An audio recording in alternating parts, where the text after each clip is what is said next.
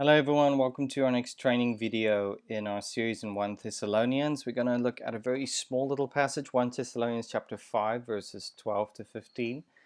The sermon on this Sunday is going to be basically from verse 12 to 28, but we're going to do two studies and hopefully you'll see why. It might look like a short and very simple passage, but what you'll hopefully see is that it's jam-packed with a lot of application, things to discuss in your group. And so I'd really encourage you to investigate these verses and to discuss them in depth as fellowship groups. So prayerfully look at these notes in your leader's guide, look at your group guide, and I hope it's edifying and helpful to you as we keep on trusting, loving, and hoping in the Lord Jesus until He comes. So keeping in mind the context, remember what we've looked at over the last 2 weeks. We've looked at those who have fallen asleep, basically those who have died before Jesus has come. How do we encourage and comfort one another in that? But also when Jesus returns, chapter 5, verse 1 to 11. And very importantly, both sections, which basically deal with the resurrection of the dead and the return of Christ, is both end with the same idea and command, is encourage each other with these words, encourage one another, and then added in verse 11, build each other up, just as in fact you are doing. Now, very importantly, the question you need to ask yourself at this moment is how do we encourage each other? How do we build each other up? How do we enable one another to keep trusting and loving and hoping in Jesus until He returns? How do we do that? And that's exactly where our verses become so important, verses 12 to 28. But we're just going to look at verses 12 to 15. And it's about loving one another. Now we ask you, brothers and sisters, says Paul, to acknowledge those who work hard among you, or those who are over you, who care for you in the Lord, and who admonish you, hold them in the highest regard and love because of their work, live in peace with each other. Now notice, importantly, he says here to acknowledge, which means to respect. And tied to that, of course, is the idea to hold them in the highest regard in love. So to acknowledge them, to respect them, to honor them in love. Specifically who?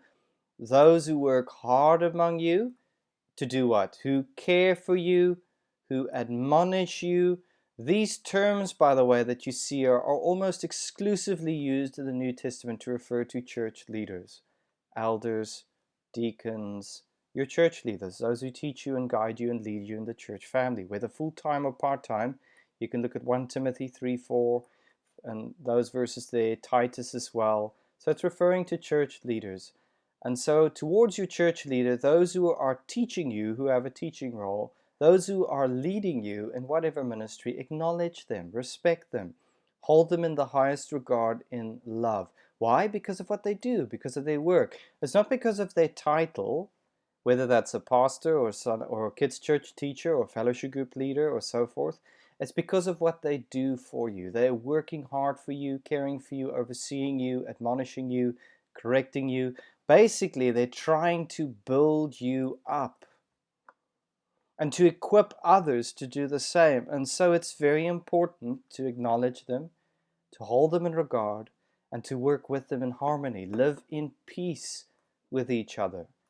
And just importantly, we'll see that with the word patient as well. It's a fruit of the Spirit. And it's actually practicing Christ, to be like Christ, to live in peace with each other. So love your leaders. But then also love one another as a congregation. We're in this together. And so he says, and we urge you, brothers and sisters, to warn those who are idle and disruptive, encourage the disheartened, help the weak, be patient with everyone. Make sure that nobody pays back wrong for wrong, but always strive to do what is good for each other and for everyone else. Now notice there are three types of people described here. There are those who are idle and disruptive. The idea here of the idle or the disruptive, or to translate it in a different way even, basically those who are otherwise, who are loafers. This term was often used in a gym of someone who refused to listen to instructions. To those people, warn them. If you want to build them up, you've got to warn them. If you want to actually encourage them in a way, you've got to warn them. Specifically, remember what we've learned. Jesus will come back. Live for Him. That's how we build one another up here, especially those who keep on going a different direction, keep on loafing, keep on not doing what they're supposed to be doing and doing what they're supposed to not to be doing. You need to warn them. It's a loving thing. But in the church congregation, they're not just the idle and the disruptive. They're also those who are disheartened, timid, those who are ready to give up. And to keep in mind that for the church in Thessalonica, as Paul's highlighted a couple of times, they've experienced persecution. So some of them have seen people die, those who have fallen asleep, who suffered and died for Jesus. Some of them are struggling with the persecution, and maybe they're at the point of giving up. So what are you supposed to do? Well, encourage them. And we've already seen what you're supposed to be encouraging them in. It's the hope we have in Jesus, the resurrection of the dead, the return of Christ. Encourage them. Don't give up. But the church is not just full of the idle and the disruptive and the disheartened. There are also those who are weak. And what does he mean by weak? It's quite a broad term used in the New Testament. It can refer to those who are physically weak, like the sick. It can refer to those who are weak in conviction. They don't quite know what they believe about something, or they can be easily tripped up by something.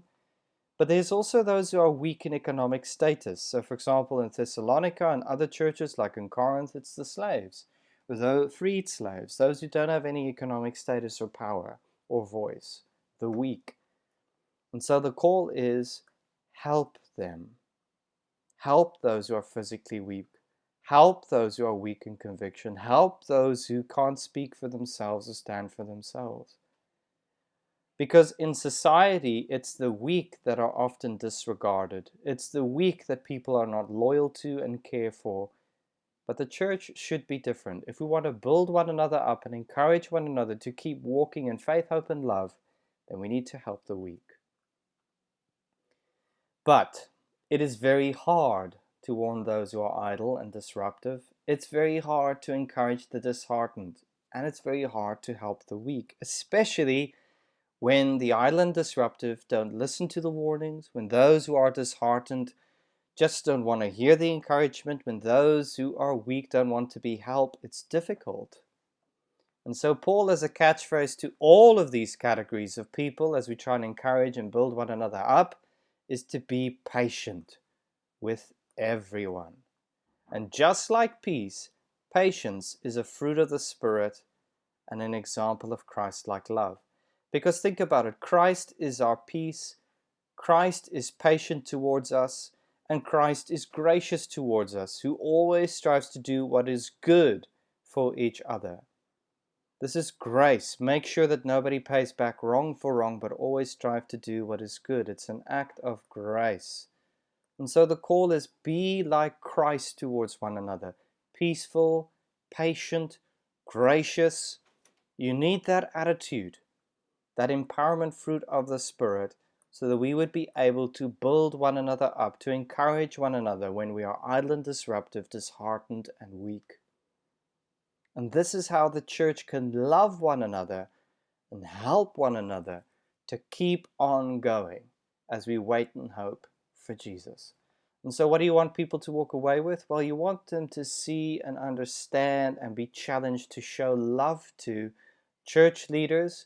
And again, this is a broad category for anyone who's leading someone in something or equipping the saints for ministry. So it could be full-time workers like pastors. It could be your fellowship group leader. It could be a kids' church leader. It could be a welcome team leader. Anyone who's leading, equipping and training and teaching in some form or another and caring for someone, well, love them. We would be challenged to love one another in general. All of us are responsible for one another, but also love our surrounding community. Because interestingly enough, this call to be gracious is not just limited to each other, but for everyone else as well. The surrounding community, that, remember, is hostile. To them, we need to show grace as well.